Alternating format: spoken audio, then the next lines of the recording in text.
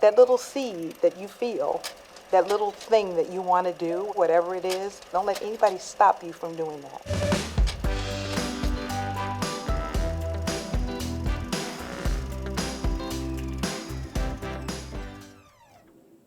I'll tell you, when I walked in the door, I was so surprised to see the changes, but some things are still the same. You know, the lockers look new, but they're still in the same locations, still at the same height. I was surprised at how small everything looks, which I'm sure everyone will say. But I was so glad to see that the school still looks the same, but different. So it's not totally foreign to me.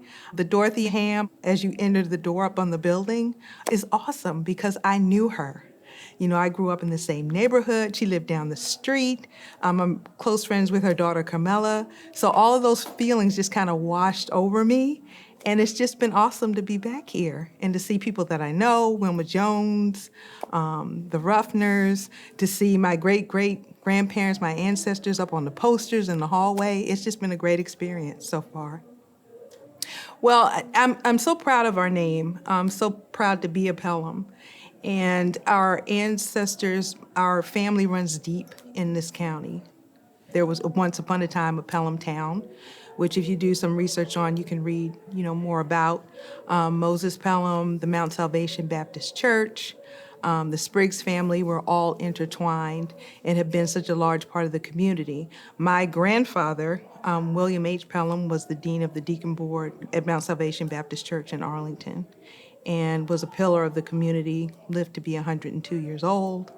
And if you ask anybody who's been around for a little while, they can tell you all about Deacon Pelham and his wife, Frances.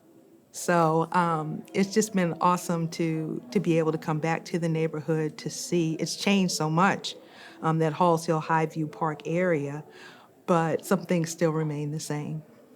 Students here gave us a tour, and I remember being down in the basement and walking out to one of the huge glass pane windows now that's relatively new. And I said to one of them, I said, that's where the cheerleaders used to practice, because I was a cheerleader when I was here. And they said, oh, they still practice there. I said, oh, awesome. I'm glad to know that. I'm glad. So some things are different, but some things stay the same. I would tell them to pursue their dreams. I always wanted to be a writer when I was here. Always wanted to pursue it in some form or fashion, whether it be with a newspaper or on television, and I never did. I stayed in communications, but I went in another area. And all of a sudden during COVID, my book materialized. So never, that little seed that you feel, that little thing that you want to do, whatever it is, don't be afraid to pursue it because you have time. It seems like you don't. But you have time to do it and just go for it and do it. Pursue it. Pursue whatever dream it is. Don't let anybody stop you from doing that. This is our Mother's Love, Loss, and Legacy. It was written with several women. 3 of them actually graduated from Stratford. One of them, Carmela Ham, is out there. She wrote a chapter about her mother. We all wrote chapters about our moms and our relationship with our mothers, good, bad, or indifferent, as a way to help other women or people who are coping with the loss of their mothers, how they deal with that. So it's all about the beginning, the love, and then the loss of that mom and the legacy they left you and your family.